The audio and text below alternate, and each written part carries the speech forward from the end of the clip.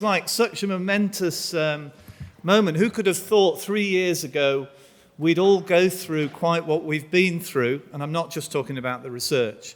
But seriously, the biggest thing I want to say straight away is how grateful we are to all the schools who've carried on with the intervention and on the control side. We can't do it without you. Literally, we can't. And so, massive thank you for that. But also to say, welcome. It's so wonderful to see, let's say, at least 100 people in the same room together where we hope to learn with you. Obviously, we're going to share for the very first time some of our interim findings, having done the analyses, and that we hope will generate the conversations afresh. So, what are we doing today? Well, as I say, our aim is to share with you the results and some early thinking around possible conclusions and discussion points. But we want to engage in a conversation as well. As I'm sure you appreciate, grammar is one of those topics that has been around for hundreds of years, and I know this because I spent some time delving into those hundreds of years a few years ago. So it's a long-standing issue, it's live today, and you've been part of what we think is the world's first really robust study of 7-year-old children and teaching them grammar to help writing. And so now to the heart of today, the Grammar and Writing Research Project. I'm just going to say a little bit about the background to how we came to be doing it in the first place.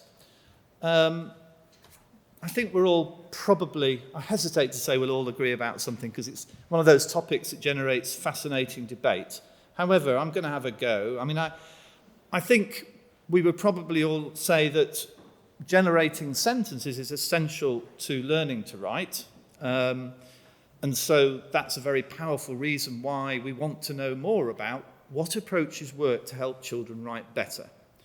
I've been not persuaded because I was already open to persuasion by Baz about the idea that language is genuinely fascinating. And it really is. I've been fascinated it pretty much all my working career, and including grammar.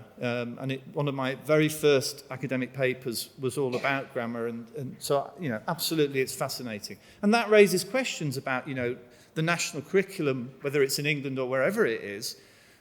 What do we want to include in that curriculum, and what are the reasons? So one reason might be because something is important and fascinating. There is another reason, though, that we're really interested in.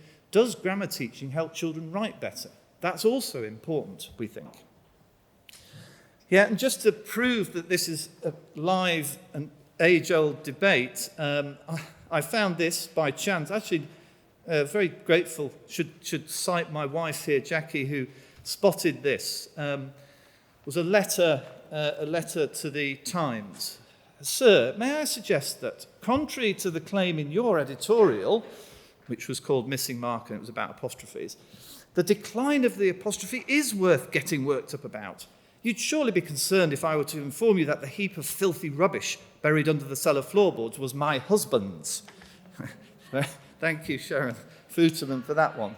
And so, and of course, that's kind of humorous. But even underneath that sort of simple, humorous thing, there's a few things that are important. Like, does it matter if language changes and things drop out of use? Does that matter? And to what extent are those processes genuinely happening, or do we think they happen? So some people will say, oh, everything's gone to pot. The way these kids speak these days, it's shocking. Is it true? Interesting, like when I did a bit of delving, first of all, the Times had a paywall, so it wouldn't let me in. And even though UCL has a way of accessing, you can only get some of the articles. But apparently it's a big study by Lancaster University that's looked at language change and so on, that kind of was where the original article was. So, and now down to some of the specifics of what we know already from research. And of course, we knew this when we proposed the project. So what I've shown you here are 7 things that we know from multiple experimental trials and often randomized controlled trials about what actually does, we know already, help children to write better.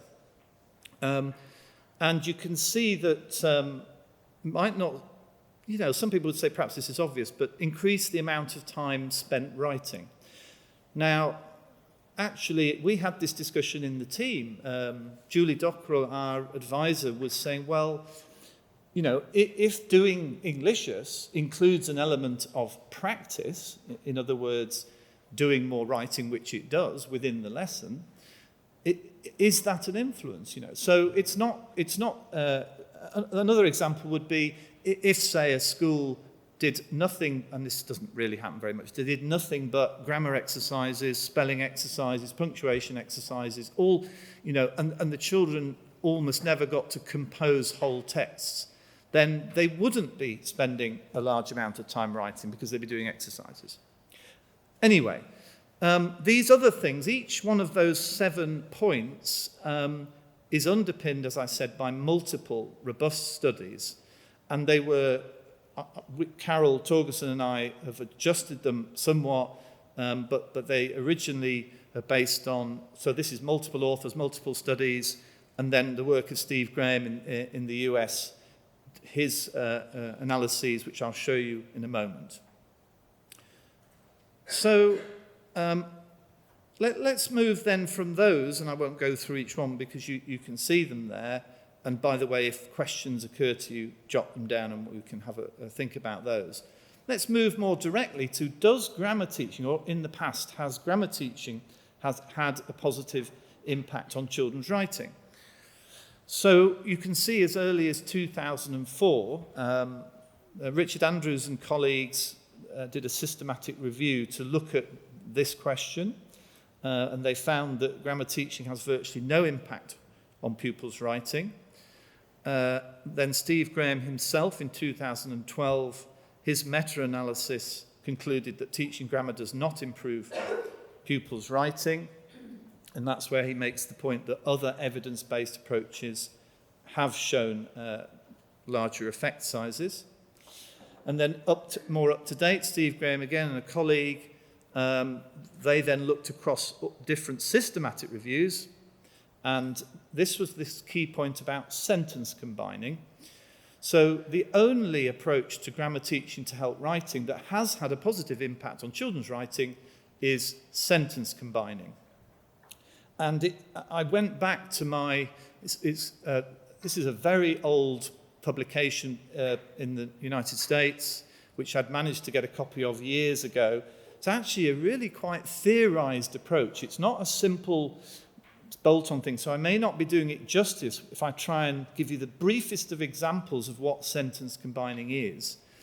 But you see here an example where, for example, the pupils might be presented with those 2 short sentences. Soon Kim speaks Korean, Soon Kim speaks English, and what the pupils have to do is use and to combine them.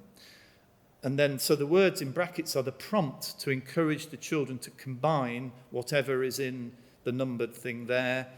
And you can see a variety of different words are used and different ways of combining. And indeed, as you go down that list, they get slightly more complicated.